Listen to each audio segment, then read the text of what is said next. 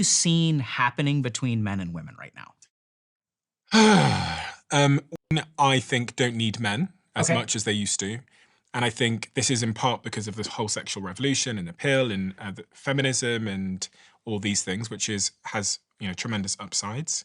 I think that women and men are having less sex, they're getting married less. Men's attitude towards women has become a little bit more resentful in certain pockets of the internet. They perceive relationships with the other sex to True. be disposable more than ever before. Men view women. I would say both. And I think in Okay. part that's because of dating apps, just the perception of choice. Okay. The feeling that if you don't work out, there's another 1,000 people on my phone that I could give a shot to. I think the equation of a relationship, when we think about the investment it takes for it to work and what you get from it, people now perceive the equation not to be worth it. Okay. I think there's Bam. I agree.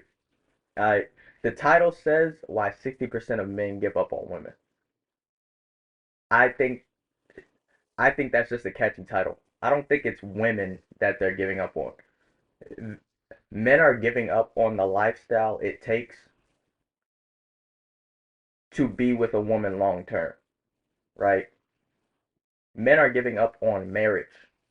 Men are giving up on that part because in a lot of ways it's not worth it. All right. Being with somebody you love is cool and great, whatever. But it's been de-incentivized. I think I'm using the correct word. It's not a good enough incentive. It's better to be um in 2025 it feels and looks better to be rich and alone and maybe have something at the end than to build something with someone else and possibly not have as much at the end. Legacy doesn't matter. I hate to say that. Having kids matters if you have them, but legacy itself doesn't matter. Legacy is something you'll never know your legacy.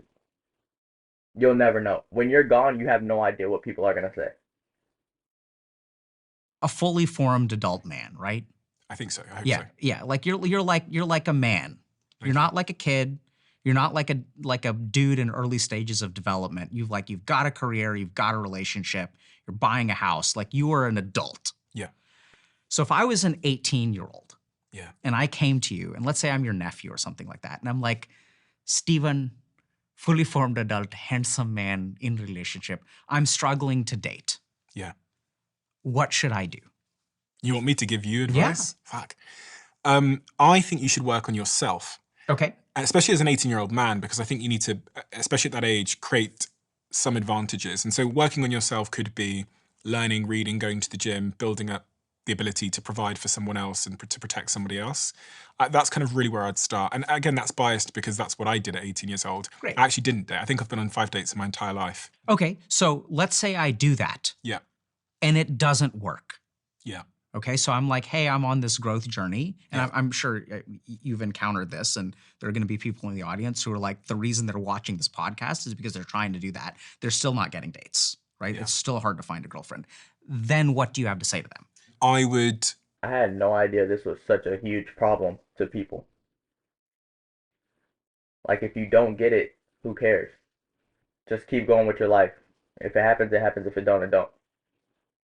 I just I just don't understand the need for it. There are other things in life, and if it comes, it comes. If it doesn't, it doesn't. Not everybody will get to have it. Most people do, but if you don't, I mean, there's not other things that you can like, you know. Assume that the reason it's not working is because they're not in this frame of mind to find Perfect. love. And when a dude says, I'm trying to do everything right, what is the most common response that they get? Impossible. I don't know what you're talking about. You're trying to do everything right. Are you serious? You're speed running a breakup or something else. Trying to do everything right. You're better off doing everything wrong. Not everything, of course. right? So like, Try harder or like, yeah, right? If you kind of like look at Twitter, what you'll find is people will be like, it's impossible to find a good woman. And then like men will be, and let's say a dude says that, or a woman says that, doesn't, it's on both sides. It's impossible to find a good man. And then people won't be like, yeah, it's impossible to find a good man. So maybe some people will be supportive. So you'll have a woman who says it's impossible to find a good man. You know, there are a lot of people who are like, yeah, like men are trash, fine.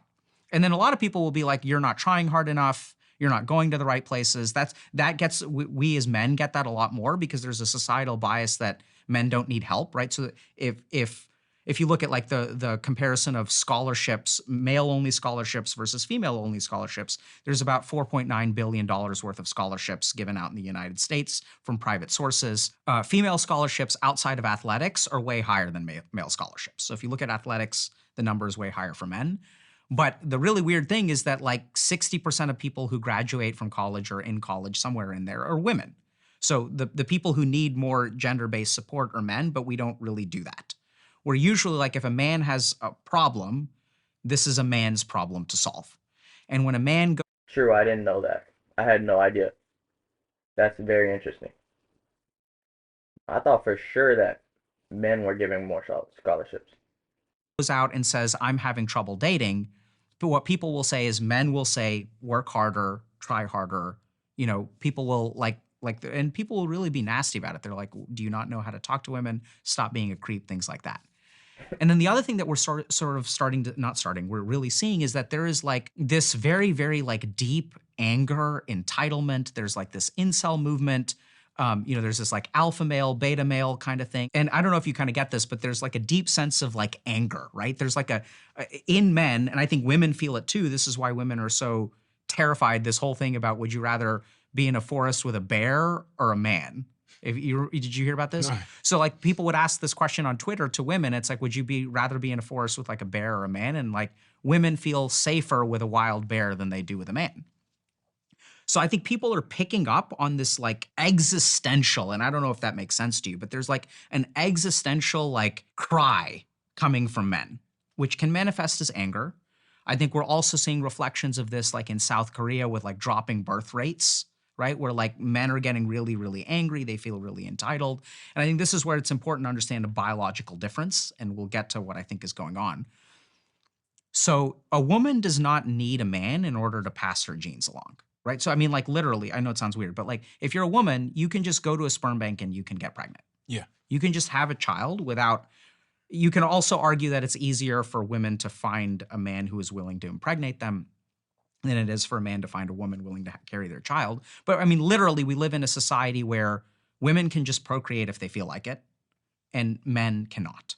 So there's a fundamental power balance there. I'm not saying it's right or wrong. I'm just saying it is what it is.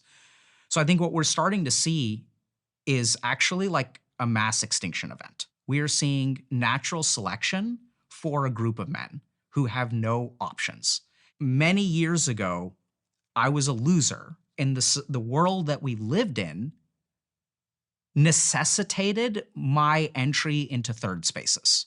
I had trouble talking to girls, but I was forced into college.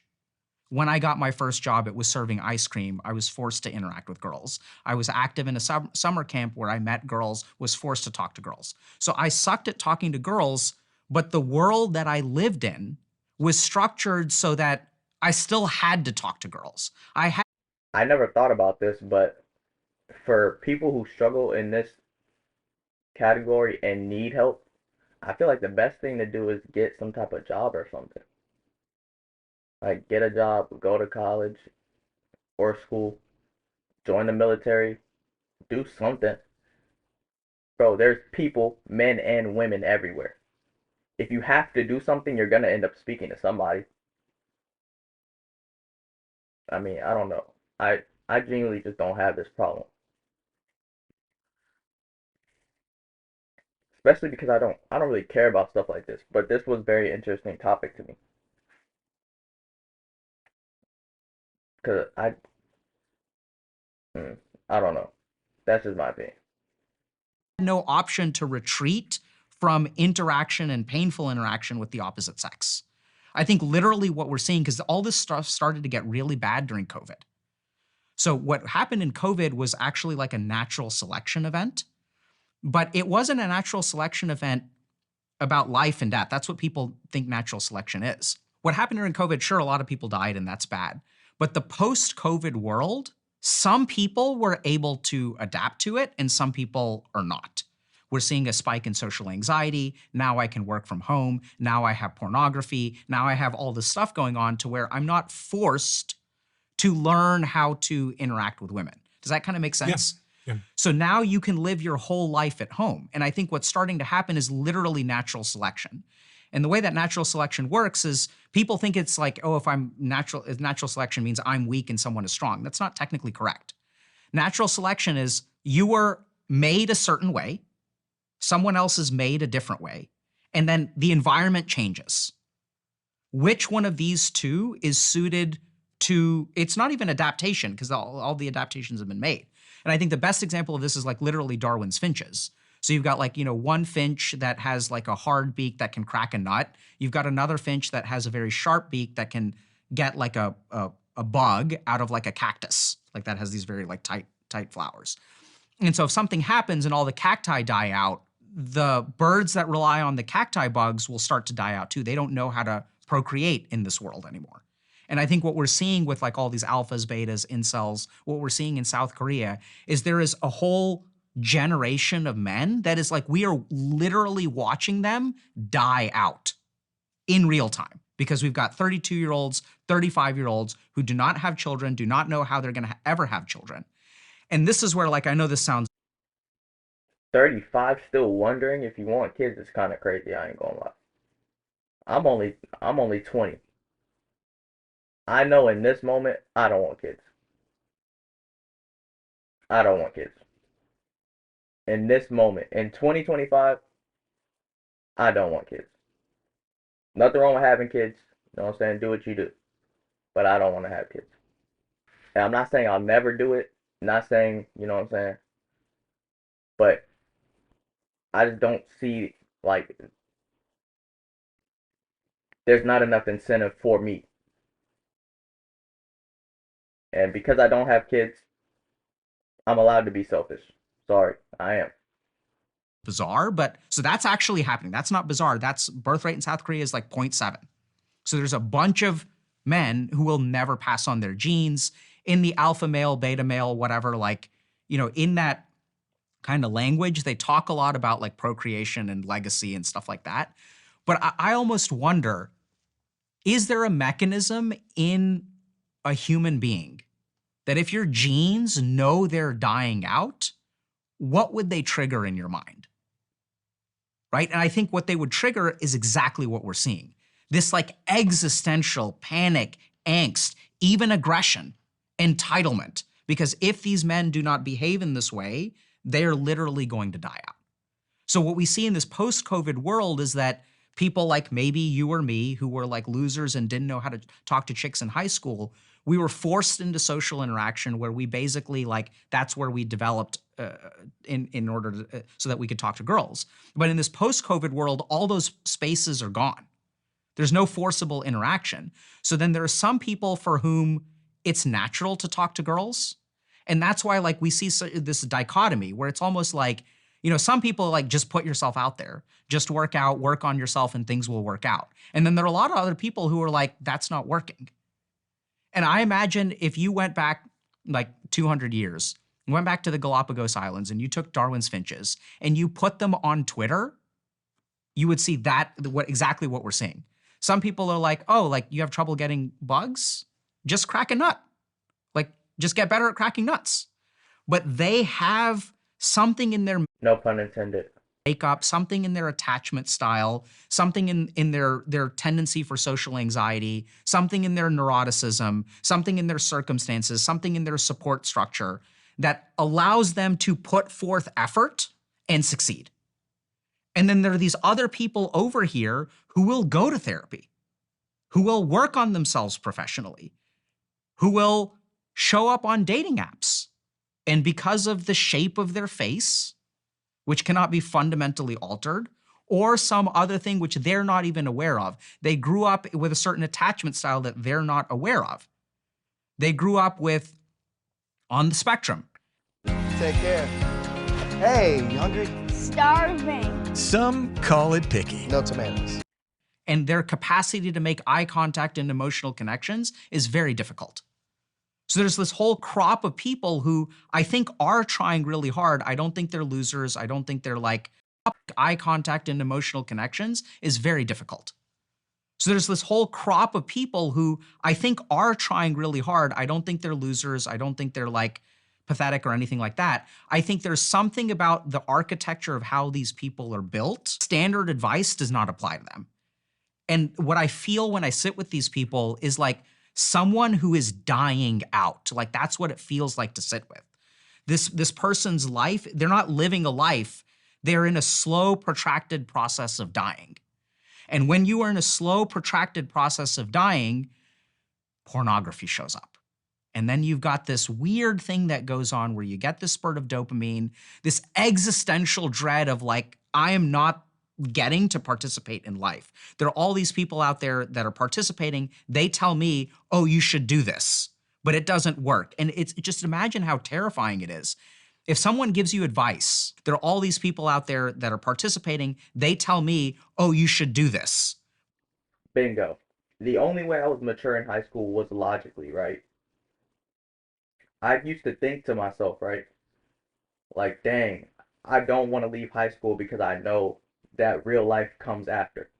Most kids go to graduation and they're very happy.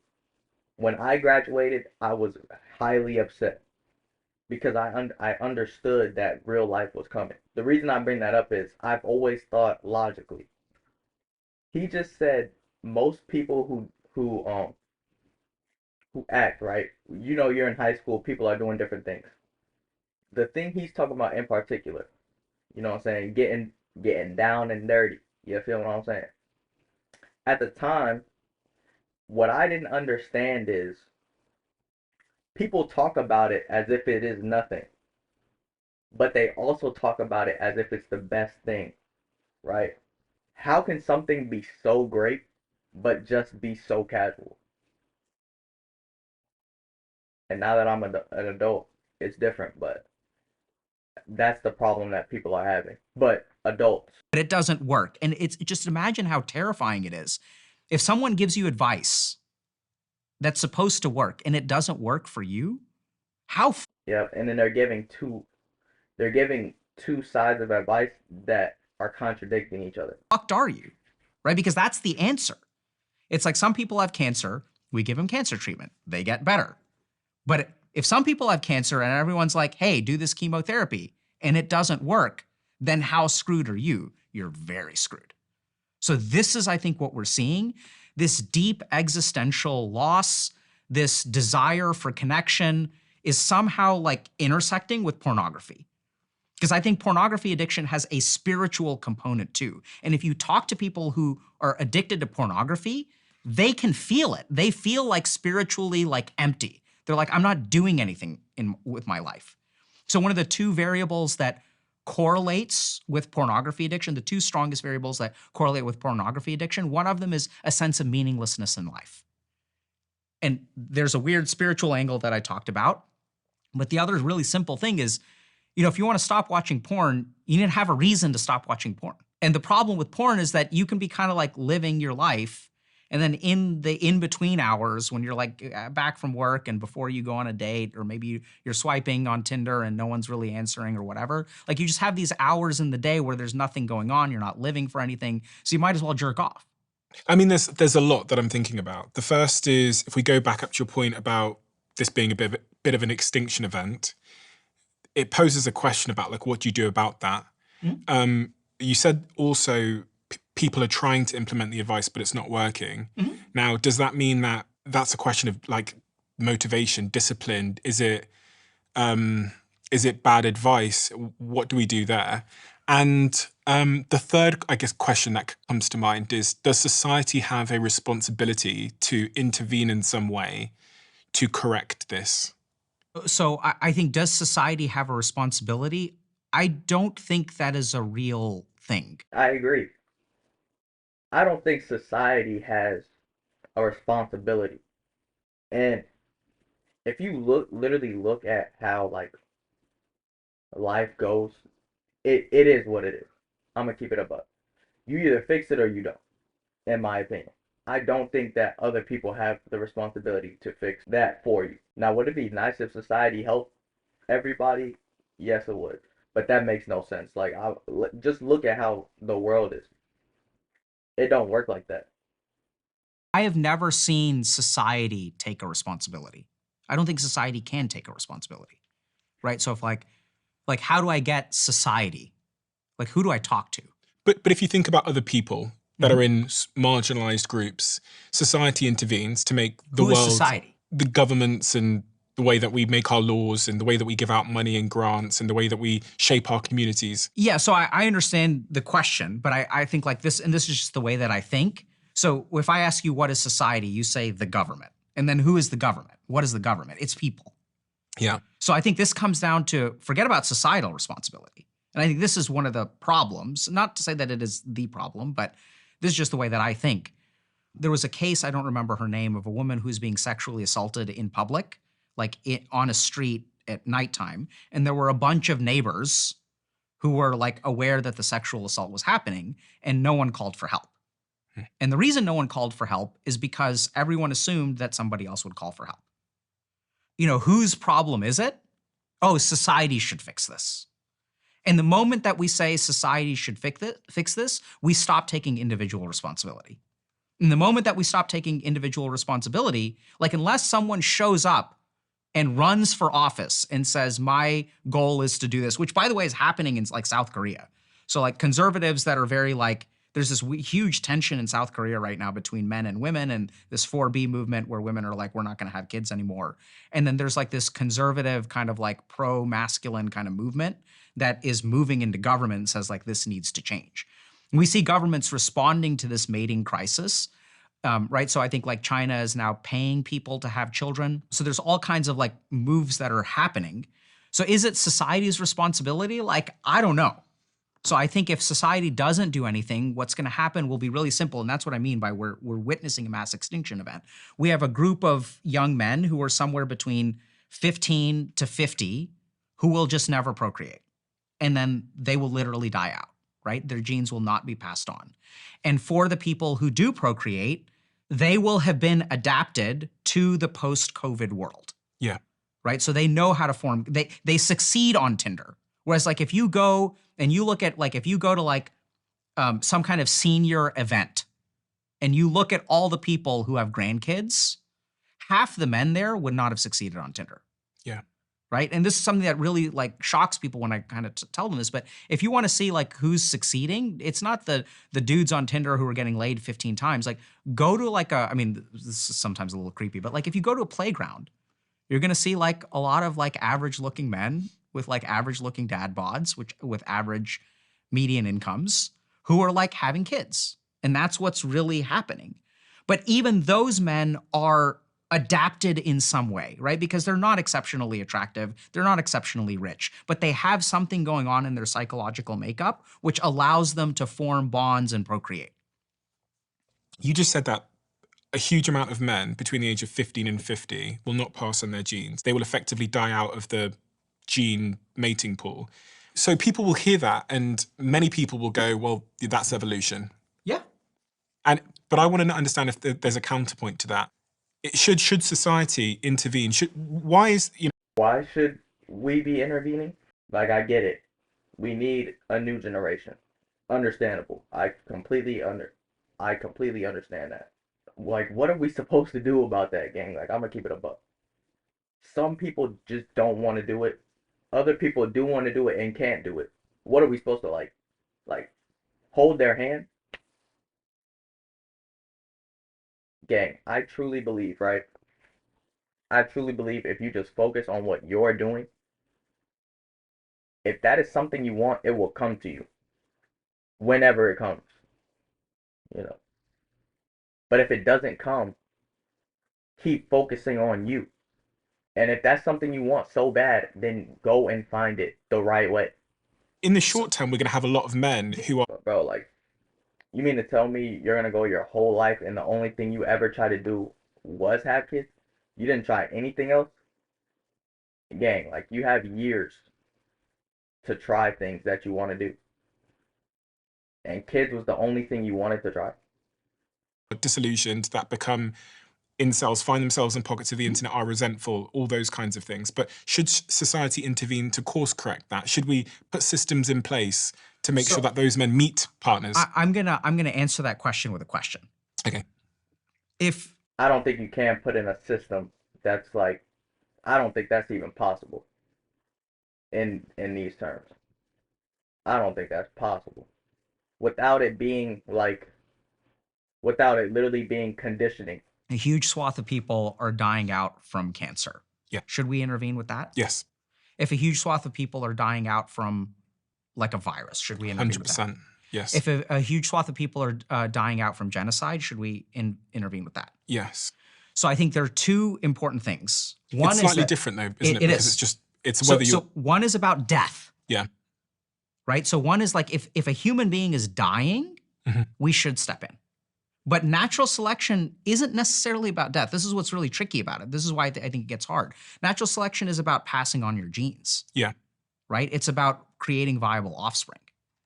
And this is where if someone, and I think we also say yes, like if there's, a couple that wants to have a child and that child has cystic fibrosis, should we help that couple? Should we help a couple procreate? We also say yes. Yeah.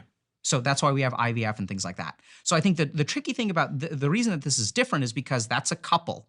If a woman is unable to have kids, even if we say if a man is unable to have kids, should we medically intervene so that they're capable of having kids? Yes, right? So if we're talking about a couple, if we're talking about a human being and there's a medical problem, or if we're talking about protecting people from death, the answer is yes.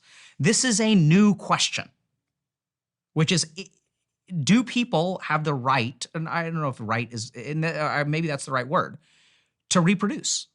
And this is what's so challenging about it, is like the answer is basically no, because for men, that requires the consent of someone else. And my right to reproduce never trumps someone's right to not want to reproduce with me. Yeah. I think we sort of accept that, right? That's correct. Now, this is where the fundamental biological difference comes in. Because a woman doesn't need a man to reproduce. I can go to a sperm bank.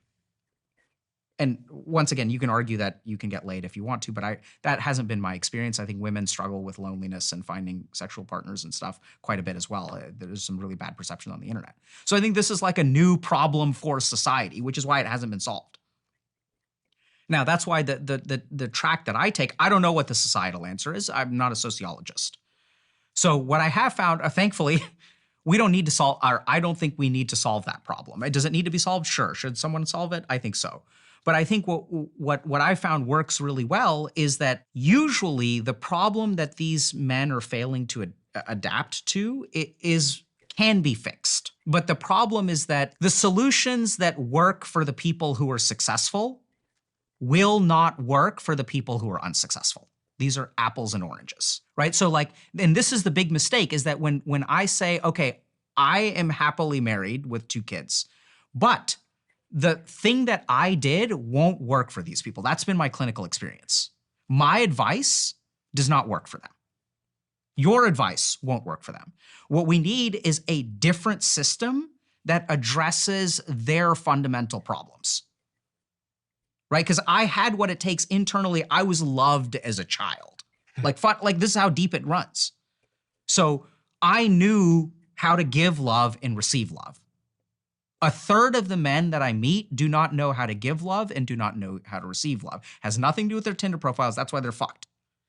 And when people can say, go to the gym, make more money, but if you do not know how to fundamentally give or receive love, then that's a huge problem. Is that where you start when you're trying to solve this on an individual basis? Yeah. So, I start giving and receiving love is not where I start, because that's so foreign to them that they don't know how to do that. Okay.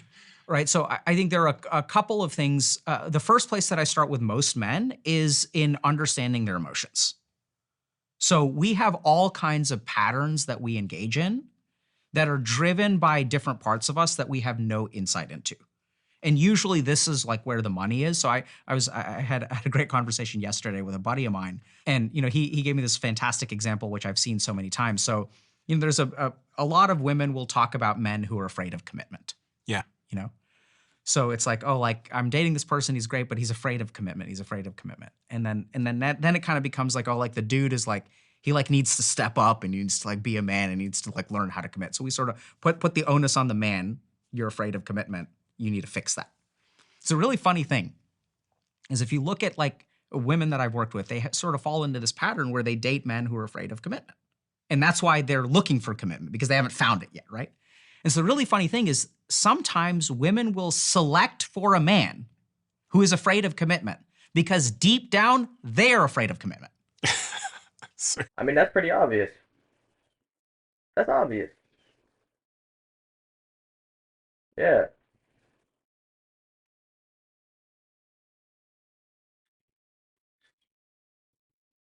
I can't speak for everyone, but I know for a fact if I can guess the plot of a movie a bunch of different times, then people can guess the attitude or the mindset of the people that they are dating. You saw the patterns the same way I saw the patterns of whatever I was doing, whatever I was, if you can't see the patterns, then maybe you shouldn't be dating. So I'm going to find someone who I know is afraid of commitment, and therefore I can blame them for never committing. And this is how I know this because sometimes the dude will come into my office and he will work on his fear of commitment and he will conquer it. And the moment that he conquers his fear on commitment, the woman will retreat. They'll get terrified. They'll start to find all kinds of problems. And it's not just like men and it's not just women are guilty of this. So there are all kinds of patterns that people will engage in that they have no insight into. First of all, understand your emotions, then you will understand your behaviors. Oh, like, why do I keep on selecting people who are afraid of commitment? Because I'm afraid of commitment. And if I can find somebody else who's afraid of commitment, I can blame them from it. And I never have to deal with my laddering up my fear of commitment. So there's a lot of stuff that comes with emotion. So awareness of emotions, awareness of your patterns, the ability to regulate them. And I'd say that kind of ties it up. I don't think this is that crazy of a problem though, to be honest. Like, I don't think that they're giving up on each other. I don't think people want that life anymore. I don't think people want married life anymore. They want the life that they see on social media. They want to be able to take a vacation whenever. They want to eat whatever food. They want to have more money. And that, to most people, is more important than having a family.